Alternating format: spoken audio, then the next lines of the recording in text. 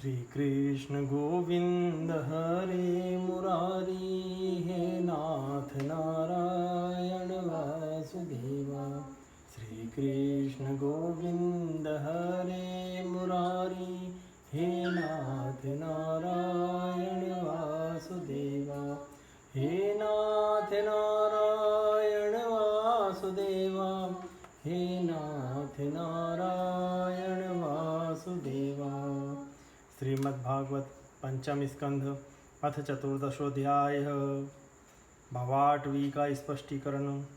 स होवाच, य एष देहात्ममानिनां सत्वादिगुणविशेष विकल्पित कुशला संवहार विनिर्मित विविध देहावलिभिर्योग संयोगाध्यनादि संसारानुभवस्य द्वारभूतेन षडिन्द्रियवर्गेण तस्मिन् दुर्गाध्वदसुगमे ध्वन्यापतित ईश्वरस्य भगवतो विष्णोर्वर्तिन्या मायया जीवलोकोऽयं यथा वर्णिक्सार्थोऽर्थपरः स्वदेहनिष्पादितकर्मानुभवः श्मशान वदशिवत मायां संसारटाव्यां गतो नाद्यापि विफल बहु प्रतियोगे हस्ततापोपशमणि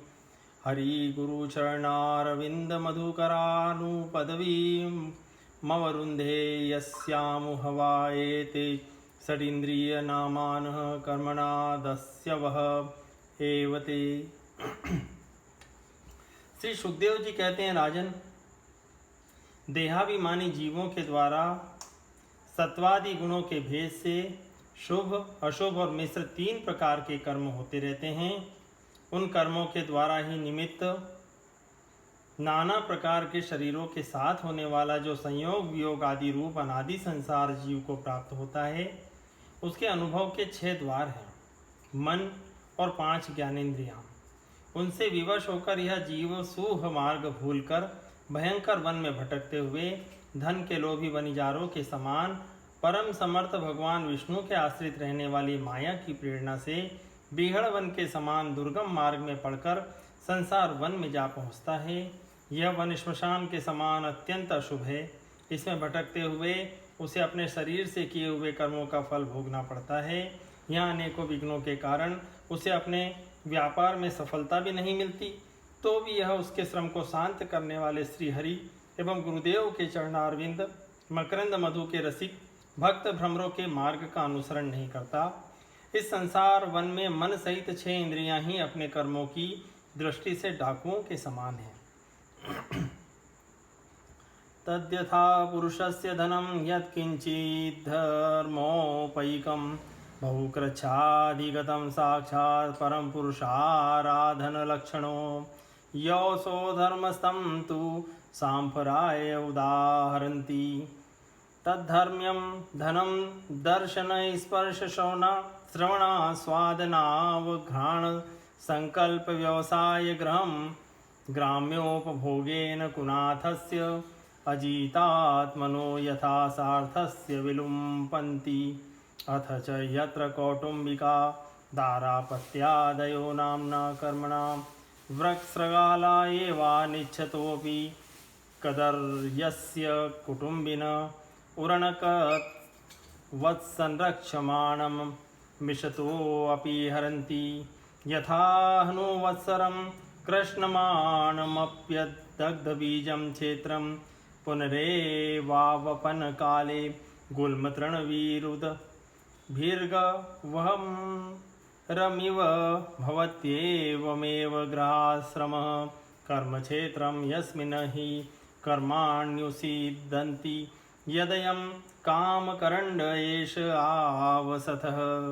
तत्र गतो दंशमशक समापसदैर्मनुजै शलभ शकुन्तस्तस्करार्मूषकादिभिरुपरुध्यमान बहिः प्राणः क्वचित् परिवर्तमानोऽस्मिन्यन्ध्वन्य विद्या काम कर्मभिरूपरक्त मनसानुपपन्नार्थं नरलोकं गन्धर्वनगरमुपपन्नमिति मिथ्या दृष्टिरनुपश्यति। पुरुष बहुत सा कष्ट उठाकर जो धन कमाता है उसका उपयोग धर्म में होना चाहिए। वही धर्म यदि साक्षात भगवान परम पुरुष की आराधना के रूप में होता है तो उसे परलोक में निःश्रेय का हेतु बतलाया गया है। किंतु जिस मनुष्य का बुद्धि रूप सारथी विवेकहीन होता है और मन वश में नहीं होता, उसके उस धर्मोपयोगी धन को ये मन सहित 6 इंद्रियां देखना, स्पर्श करना, सुनना, स्वाद लेना, सूंघना, संकल्प विकल्प करना और निश्चय करना, इन वृत्तियों के द्वारा गृहस्थोचित विषय भोगों में फंसाकर उसी प्रकार लूट लेती है जिस प्रकार बेईमान मुखिया का अनुगमन करने वाले एवं असावधान बनिजारों के दल का धन चोर डाकू लूट ले जाते हैं। ये ही नहीं, उस संसार वन में रहने वाले उसके कुटुंबी भी जो नाम से तो स्त्री पुत्र आदि कहे जाते हैं, किंतु कर्म जिनके साक्षात भेड़ियों और गीदड़ों के समान होते हैं, उस अर्थलोलुप संबंधी कुटुंबी के धन को उसकी इच्छा न रहने पर भी उसके देखते देखते इस प्रकार छीन ले जाते हैं जैसे भेड़िए गड़ड़ियों से सुरक्षित भेड़ों को उठा ले जाते हैं। जिस प्रकार यदि किसी खेत के बीजों को अग्नि द्वारा जला न दिया गया हो तो प्रतिवर्ष जोतने पर भी खेती का समय आने पर वह फिर झाड़ झंकार लता और तृण आदि से गहन हो जाता है, उसी प्रकार यह गृहस्थाश्रम भी कर्मभूमि है। इसमें भी कर्मों का सर्वथा उच्छेद कभी नहीं होता, क्योंकि यह घर कामनाओं की पिटारी है। उस गृहस्थाश्रम में आसक्त हुए व्यक्ति के धन रूप बाहरी प्राणों को डांस और मच्छरों के समान नीच पुरुषों से तथा टिड्डी, पक्षी, चोर और चूहे आदि से क्षति पहुँचती रहती है। कभी इस मार्ग में भटकते भटकते यह अविद्या, कामना और कर्मों से कलुषित हुए अपने चित्त से दृष्टि दोष के कारण इस मर्त्य लोक को जो गंधर्व नगर के समान असत है सत्य समझने लगता है। तत्र च क्वचिदातपोदक निभान विषयानुपधावति पान भोजन व्यवायादि व्यसन लोलुपः क्वचिच्चाशेष दोष निषदनं पुरीश विशेषं तद्वर्ण गुण निमित्त मतिः सुवर्ण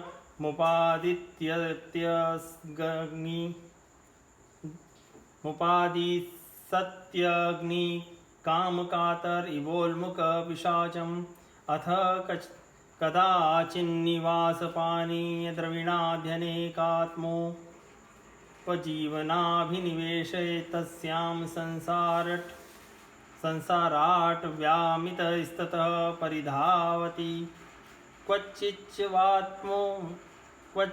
वात्योपम्यया प्रमदयारोहमारोपित स्तत्कालरजसा रजनीभूते वा साधु मर्यादो रजस्वलाक्षोऽपि दिग्देवतातिर्जलस्वमतिर्न विजानाति क्वचित् सकृद्वगतविषयवैतथ्य स्वयं पराभिध्यानेन विभ्रंशित स्मृतिस्तव्येव मरीचि तोयप्रायांस्ताने वाभिधावति क्वचिद्दुलूकझिल्लीस्तवन वदति परुषभसाटोपं प्रत्यक्षं परोक्षं वा रिपुराजकुलनिर्भर्सि तेन नातिव्यथितकर्णमूलहृदयः स यदा दुग्धपूर्वसुकृतस्तदा कारस्करकाकतुण्डाध्य पुण्यद्रमुल्लता विशोदपानव दुहयार्थशून्य द्रविणाञ्जलिवन्मृतान् स्वयं जीवन्मिर्यमाणोपधावति। फिर खानपान और स्त्री प्रसंगादि व्यसनों में फंसकर मृग तृष्णा के समान मिथ्या विषयों की ओर दौड़ने लगता है। कभी बुद्धि के रजोगुण से प्रभावित होने पर सारे अनर्थों की जड़ अग्नि के मल रूप सोने को ही सुख का साधन समझकर उसे पाने के लिए लालायित हो इस प्रकार दौड़ धूप करने लगता है जैसे वन में जाड़े से ठिठुरता हुआ पुरुष अग्नि के लिए व्याकुल होकर उल्मुख पिशाच अगिया बेताल की ओर उसे आग समझकर दौड़े। कभी शरीर को जीवित रखने वाले अन्न, जल, घर और धन आदि में अभिनिवेश करके इस संसार अरण्य में इधर उधर दौड़ धूप करता रहता है। कभी बवंडर के समान आंखों में धूल झोंक देने वाली स्त्री गोद में बैठा लेती है तो तत्काल रागांध सा होकर सत्पुरुषों की मर्यादा का भी विचार नहीं करता। उस समय नेत्रों में रजोगुण की धूल भर जाने से बुद्धि ऐसी मलिन हो जाती है कि अपने कर्मों के साक्षी दिशाओं के देवताओं को भी भुला देता है। कभी अपने आप ही एक आध बार विषयों का मिथ्यात्व जान लेने पर भी अनादिकाल में देह में आत्मबुद्धि रहने से विवेक बुद्धि नष्ट हो जाने के कारण उन मरीचिका तुल्य विषयों की ओर ही फिर दौड़ने लगता है। कभी प्रत्यक्ष शब्द करने वाले उल्लू के समान, शत्रुओं की ओर परोक्ष रूप से बोलने वाले झींगुरों के समान, राजा की अति कठोर एवं दिल को दहला देने वाली डरावनी डांट डपट इसके कान और मन को बड़ी व्यथा होती है।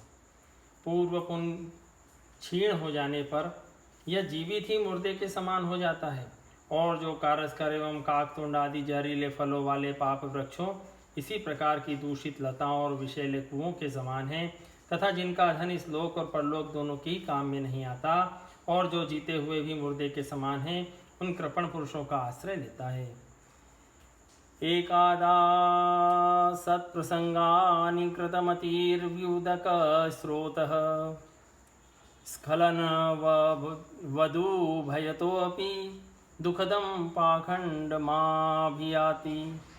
यदा तु परबाधयान्ध आत्मने नोपनमति तदा हि पितृपुत्र बहिर्ष्मतः पितृपुत्रान् वास खलु भक्षयति क्वचिदासाद्य गृहं दावत्यप्रीत्या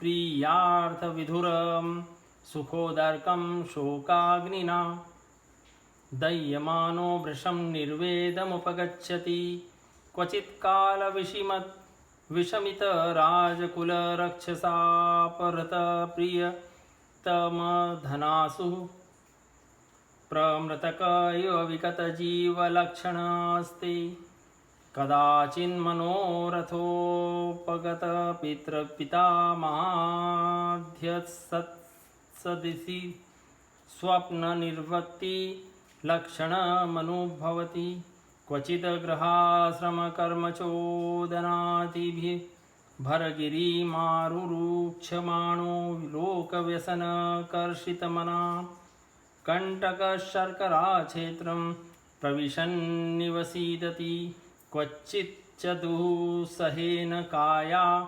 अभ्यन्तरवहिन्ना गृहीतसार स्वकुटुम्बाय क्रुध्यति स एव पुनर्निन्द्रा जगरग्रहितोऽन्धे तमसि मग्नः शून्यारण्यैवश्येति ज्ञानत किंचन वेदशवैवापरिविद्धः। कभी असत पुरुषों के संग से बुद्धि बिगड़ जाने के कारण सूखी नदी में गिरकर दुखी होने के समान इस लोक और परलोक में दुख देने वाले पाखंड में फंस जाता है। जब दूसरों को सताने से उसे अन्न भी नहीं मिलता तब वह अपने सगे पिता पुत्रों को अथवा पिता या पुत्र आदि का एक तिनका भी जिसके पास देखता है उनको फाड़ खाने के लिए तैयार हो जाता है। कभी दावानल के समान प्रिय विषयों से शून्य एवं परिणाम में दुखमय घर में पहुंचता है तो वहाँ इष्ट जनों के वियोग आदि से उसके शोक की आग भड़क उठती है। उससे संतप्त होकर वह बहुत ही खिन्न होने लगता है। कभी काल के समान भयंकर राजकुल रूप राक्षस इसके परम प्रिय धन रूप प्राणों को हर लेता है तो यह मरे हुए के समान निर्जीव हो जाता है। कभी मनोरथ के पदार्थों के समान अत्यंत असत पिता पितामह आदि संबंधों को सत्य समझकर उनके सहवास से स्वप्न के समान क्षणिक सुख का अनुभव करता है। गृहस्थाश्रम के लिए जिस कर्म विधि का महान विस्तार किया गया है उसका अनुष्ठान किसी पर्वत की कड़ी चढ़ाई के समान ही है। लोगों को उस और प्रवृत्त देखकर उनकी देखा देखी जब यह भी उसे पूरा करने का प्रयत्न करता है तब तरह तरह की कठिनाइयों से क्लेशित होकर कांटे और कंकड़ों से भरी हुई भूमि में पहुंचे हुए व्यक्ति के समान दुखी हो जाता है। कभी पेट की असह्य ज्वाला से अधीर होकर अपने कुटुंब पर ही बिगड़ने लगता है। फिर जब निद्रा रूप अजगर के चंगुल में फंस जाता है तब अज्ञान रूप घोर अंधकार में डूबकर सोने वन में फेंके हुए मुर्दे के समान सोया पड़ा रहता है। उस समय इसे किसी बात की सुध नहीं रहती।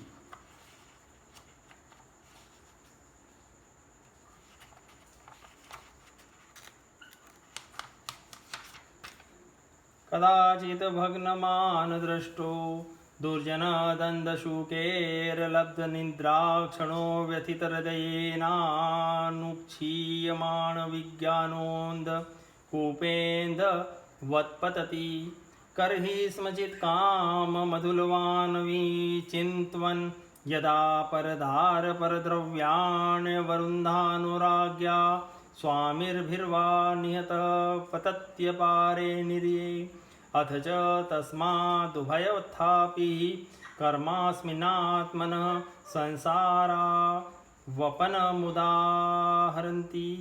मुक्तस्ततो यदि बन्धा देवदत्त उपाछिन्नति तस्मादपि विष्णुमित्र इत्यनवस्थितिः क्वचिच्च शीतवाताध्यनेकादिदेविकभौतिकात्मीयानां दशानां प्रतिनिवारणे कल्पो दुरन्तचिन्तया विषण्णास्ते क्वचिन्मिथो व्यवहरन् यत्किञ्चिद्धनमन्येभ्यो वा काकिणीकामात्र म्यप्यहरण यत्किञ्चिद्वा विद्वेषमेति वित्तसाठयात् अध्वन्यमुष्मिन्निम उपसर्गास्तथा सुख दुख राग द्वेष भयाभिमान प्रमादोन्माद शोक मोह लोभ मात्सर्ये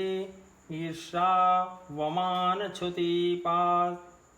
क्षुत्पिपा साधि व्याधि जन्म जरा मरणादयः। कभी दुर्जन रूप काटने वाले जीव इतना काटते तिरस्कार करते हैं कि इसके गर्भ रूप दांत जिनसे यह दूसरों को काटता था टूट जाते हैं। तब इसे अशांति के कारण नींद भी नहीं आती तथा मर्म वेदना के कारण क्षण क्षण में विवेक शक्ति क्षीण होते रहने से अंत में अंधे की भांति यह नरक रूप अंधे कुएं में जा गिरता है। कभी विषय सुख रूप मधुकणों को ढूंढते यह लुक छिपकर पर स्त्री या परधन को उड़ाना चाहता है। तब उनके स्वामी या राजा के हाथ से मारा जाकर ऐसे नरक में जा गिरता है जिसका और छोर नहीं है। इसी से ऐसा कहते हैं कि प्रवृत्ति मार्ग में रहकर किए हुए लौकिक और वैदिक दोनों ही प्रकार के कर्म जीव को संसार की प्राप्ति कराने वाले हैं। यदि किसी प्रकार राजा आदि के बंधन से छूट भी गया तो अन्याय से अपहरण किए हुए उन स्त्री और धन को देवदत्त नाम का कोई दूसरा व्यक्ति छीन लेता है और उससे विष्णु मित्र नाम का कोई तीसरा व्यक्ति झटक लेता है। इस प्रकार वे भोग एक पुरुष से दूसरे पुरुष के पास जाते रहते हैं, एक स्थान पर नहीं ठहरते। कभी कभी शीत और वायु आदि अनेकों आदि दैविक आदि भौतिक और आध्यात्मिक दुख की स्थितियों के निवारण करने में समर्थ न होने से यह अपार चिंताओं के कारण उदास हो जाता है। कभी परस्पर लेन देन का व्यवहार करते समय किसी दूसरे का थोड़ा सा दमड़ी भर अथवा इससे भी कम धन चुरा लेता है तो इस बेईमानी के कारण उससे बैर ठन जाता है। राजन, इस मार्ग में पूर्वोक्त विघ्नों के अतिरिक्त सुख दुख राग द्वेष भय अभिमान प्रमाद उन्माद शोक मोह लोभ मात्सर्य ईर्षा अपमान क्षुधा पिपासा आदि व्याधि जन्म जरा और मृत्यु आदि और भी अनेकों विघ्न हैं।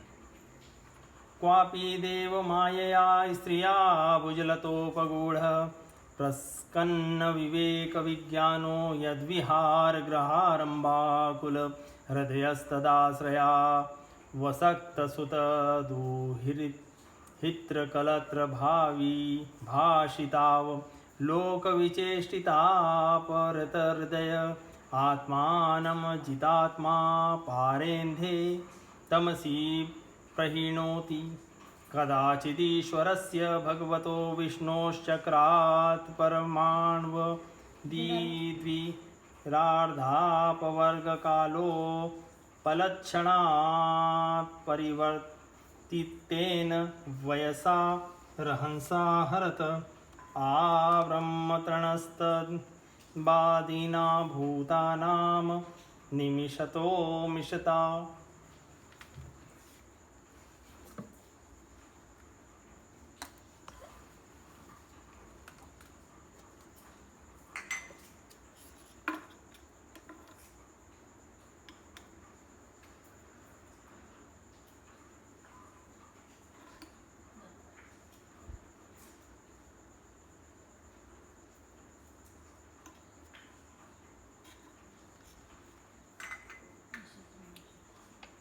निमिषतो मिषतां वित्रस्तहृदयस्तमेवेश्वरं कालचक्रनिया निजायुधं साक्षात् भगवन्तं यज्ञपुरुषं नादृत्य पाखण्डदेवतः कंकग्रध्र बकवटप्राया आर्यसमयपरिहृता सांख्यतेनाभिधत्ते यदा पाखण्डिभिरात्म वञ्चितैस्तेरुवञ्चितो ब्रह्मकुलं समावस्तंस्तेषां शीलमुपनयनादिस्रोतस्मार्थ कर्मानुष्ठानेन भगवतो यज्ञपुरुषस्याराधवमेव तदरोचयन शूद्रकुलं भजते निगमाचारे शुद्धितो यस्य मिथुनी भावः कुटुम्बभरणं यथा वानरजातिः तत्रापि निर्वरोध स्वैरेण विहरन्नतिकृपण बुद्धिरनोन्यमुखनिरीक्षणादिना ग्राम्यकर्मण्येव विस्मृतकालावधिः। इस विघ्न बहुल मार्ग में इस प्रकार भटकता हुआ यह जीव किसी समय देव माया रूपिणी स्त्री के बाहुपाश में पड़कर विवेकहीन हो जाता है। तब उसी के लिए विहार भवन आदि बनवाने की चिंता में ग्रस्त रहता है और उसी के आश्रित रहने वाले पुत्र पुत्री और अन्यान्य स्त्रियों के मीठे मीठे बोल चितवन और चेष्टाओं में आसक्त होकर उन्हीं में चित्त फंस जाने से वह इंद्रियों का दास अपार अंधकार में नरकों में गिरता है। कालचक्र साक्षात भगवान विष्णु का आयुध है। वह परमाणु से लेकर द्विपरार्ध पर्यंत क्षण घटी आदि अवयवों से युक्त है। वह निरंतर सावधान रहकर घूमता रहता है। जल्दी जल्दी बदलने वाली बाल्य यौवन आदि अवस्थाएं ही उसका वेग है। उसके द्वारा वह ब्रह्मा से लेकर क्षुद्राति क्षुद्र तृण पर्यंत सभी भूतों का निरंतर संहार करता रहता है। कोई भी उसकी गति में बाधा नहीं डाल सकता। उससे भय मानकर भी जिनका यह कालचक्र निज आयुध है उन साक्षात भगवान यज्ञ पुरुष की आराधना छोड़कर यह मंदमती मनुष्य पाखंडियों के चक्कर में पड़कर उनके कंक सिद्ध बगुला और बटेर के समान आर्य शास्त्र बहिष्कृत देवताओं का आश्रय लेता है, जिनका केवल वेद बाह्य अप्रामाणिक आगमों ने ही उल्लेख किया है। ये पाखंडी तो स्वयं ही धोखे में है। जब यह भी उनकी ठगाई में आकर दुखी होता है तब ब्राह्मणों की शरण लेता है, किंतु उपनयन संस्कार के अनंतर स्रोत स्मार्त कर्मों से भगवान यज्ञ पुरुष की आराधना करना आदि जो उनका शास्त्रोक्त आचार है वैसे अच्छा नहीं लगता। इसलिए वेदोक्त आचार के अनुकूल अपने में शुद्धि न होने के कारण यह कर्म शून्य शूद्र कुल में प्रवेश करता है, जिसका स्वभाव वानरों के समान केवल कुटुंब पोषण और स्त्री सेवन करना ही है। वहाँ बिना रोक टोक स्वच्छंद विहार करने से इसकी बुद्धि अत्यंत दीन हो जाती है और एक दूसरे का मुख देखना आदि विषय भोगों में फंसकर इसे अपने मृत्यु काल का भी स्मरण नहीं होता। क्वचिद द्रुम वह दैहिकार्थेषु ग्रहेषु रंस्यन यथा वानर सुतदार वत्सलो व्यवायक्षण एवं ध्वन्य वरुन्धानो मृत्युगज भयातमसि गिरिकन्दरप्राये क्वचिच्छीतवाताध्यनेकदेविक भौतिकात्मीयानां दुःखानां प्रतिनिवारणे कल्पो दुरन्तविषयविषण्णास्ते क्वचिन्मिथो व्यवहरण यत्किञ्चिद्धनमुपयाति वित्तशाठ्येन क्वचिच्छीनधनशय्यासनाशनाधुपभोगविहीनो यावदप्रतिलब्धमनोरथोपगतादाने वसितमतिस्ततो वमानादीनि जनादभिलभते एवं वित्तव्यतिशङ्गविवृद्धवैरानुबन्धोऽपि पूर्ववासनयामिथ उद्वहत्यथापवहति एतस्मिन् संसाराध्वनि नानाक्लेशोपसर्गबाधित आपन्न विपन्नो यत्र यस्तुमो ह वावेतरस्तौत्र विसृज्य जातमुपादाय शोचन्मुह्यन्। वृक्षों के समान जिनका लौकिक सुख ही फल है, उन घरों में ही सुख मानकर वानरों की भांति स्त्री पुत्र आदि में आसक्त होकर ये अपना सारा समय मैथुन आदि विषय भोगों में ही बिता देता है। इस प्रकार प्रवृत्ति मार्ग में पड़कर सुख दुख भोगता हुआ यह जीव रोग रूपी गिरी गुहा में फंसकर उनमें रहने वाले मृत्यु रूप हाथी से डरता रहता है।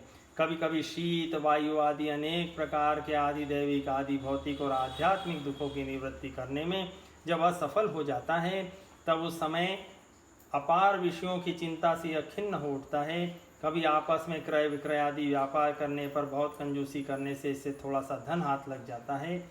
कभी धन नष्ट हो जाने से जब इसके पास सोने बैठने खाने पीने आदि की कोई सामग्री नहीं रहती, तब अपने अभीष्ट भोग न मिलने से उन्हें चोरी आदि बुरे उपायों से पाने का निश्चय करता है। इससे इसे जहाँ तहाँ दूसरों के हाथ से बहुत अपमानित होना पड़ता है। इस प्रकार धन की आसक्ति से परस्पर वैरभाव बढ़ जाने पर भी यह अपनी पूर्व वासनाओं से विवश होकर आपस में विवाह आदि संबंध करता और छोड़ता रहता है।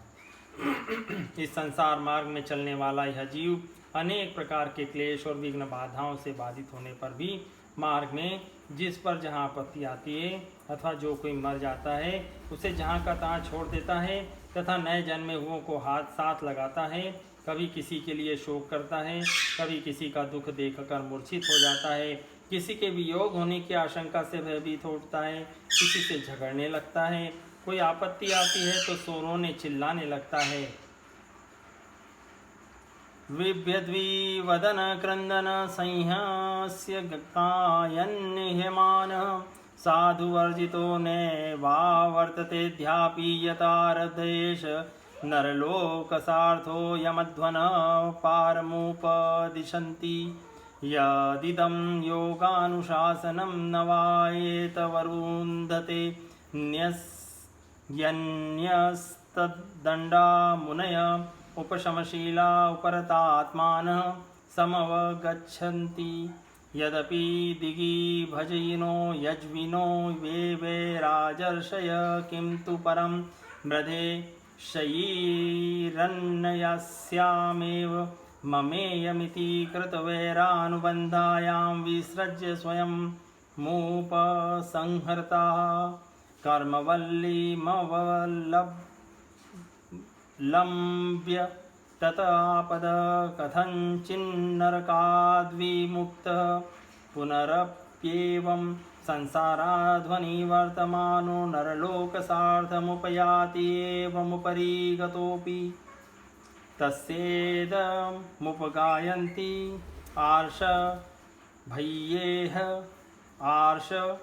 भस्येह राजर्षेर्मनस्सापि महात्मनः नानो वर्त्मार्हति नृपो मक्षिकेव गरुत्मतः यो दुस्त्यजान्दारसुतान् सुहृद्याञ्जहृदि स्पर्शः जहो युयेव मलवदुत्तश्लोकलालसः।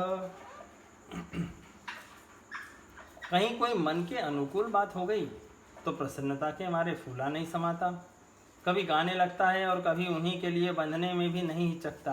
साधुजन इसके पास कभी नहीं आते, यह साधु संग से सदा वंचित रहता है। इस प्रकार यह निरंतर ही आगे ही बढ़ रहा है। जहाँ से इसकी यात्रा आरंभ हुई है और जिसे इस मार्ग की अंतिम अवधि कहते हैं, उस परमात्मा के पास यह अभी तक नहीं लौटा है। परमात्मा तक तो योग शास्त्र की भी गति नहीं है। जिन्होंने सब प्रकार के दंड शासन का त्याग कर दिया है, वे निवृत्ति परायण संयत आत्मा मुनिजन ही उसे प्राप्त कर पाते हैं। जो दिग्गजों को जीतने वाले और बड़े बड़े यज्ञों का अनुष्ठान करने वाले राजर्षि हैं, उनकी भी वहाँ तक गति नहीं है। वे संग्राम भूमि में शत्रुओं का सामना करके केवल प्राण परित्याग ही करते हैं तथा जिसमें यह मेरी है ऐसा अभिमान करके बैर ठाना था, उस पृथ्वी में ही अपना शरीर छोड़कर स्वयं परलोक को चले जाते हैं। इस संसार से वे भी पार नहीं होते। अपने पुण्य कर्म रूप लता का आश्रय आदि लेकर यदि किसी प्रकार यह जीव इन आपत्तियों से अथवा नरक से छुटकारा पा भी जाता है, तो फिर इस प्रकार संसार मार्ग में भटकता हुआ इस जन समुदाय में मिल जाता है। यही दशा स्वर्ग आदि ऊर्ध्वलोकों में जाने वालों की भी है। राजन, राजर्षि भरत के विषय में पंडित जन ऐसा कहते हैं, जैसे गरुड़ जी की होड़ कोई मक्खी नहीं कर सकती, उसी प्रकार राजर्षि महात्मा भरत के मार्ग का कोई अन्य राजा मन से भी अनुसरण नहीं कर सकता। उन्होंने पुण्य कीर्ति श्री हरि में अनुरक्त होकर अति मनोरम स्त्री पुत्र मित्र और राज्य आदि को युवावस्था में ही विष्ठा के समान त्याग दिया था, दूसरों के लिए तो इन्हें त्यागना बहुत ही कठिन है।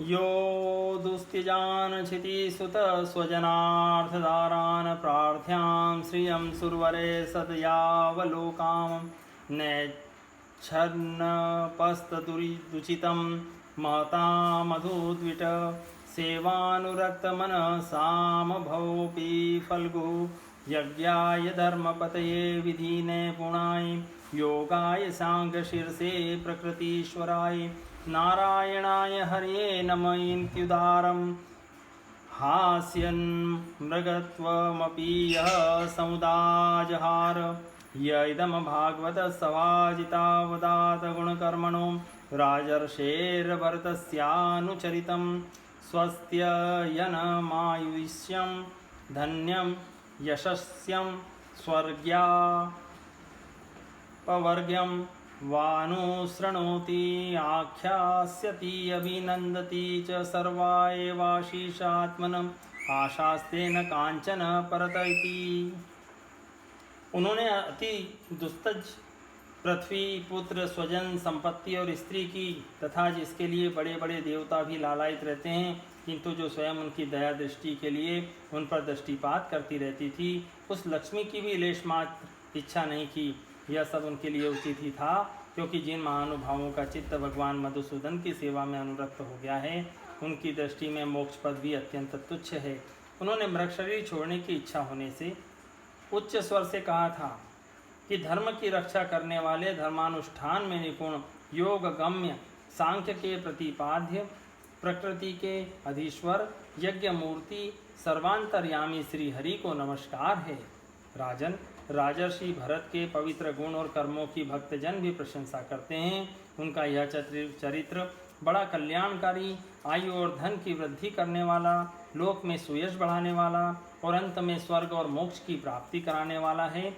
जो पुरुष इसे सुनता या काम सुनाता है और इसका अभिनंदन करता है, उसकी सारी कामनाएं स्वयं ही पूर्ण हो जाती है, दूसरों से उसे कुछ भी नहीं मांगना पड़ता।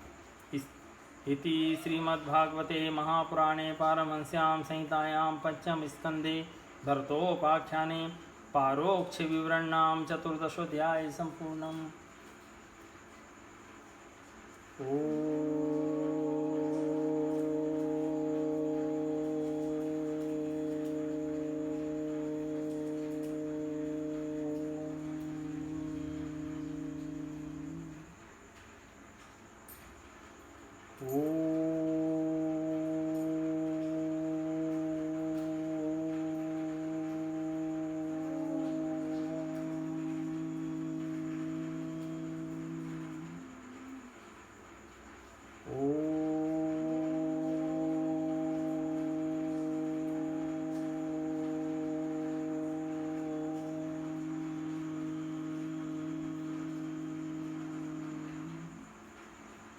श्री कृष्ण गोविंद हरे मुरारी, हे नाथ नारायण वासुदेवा।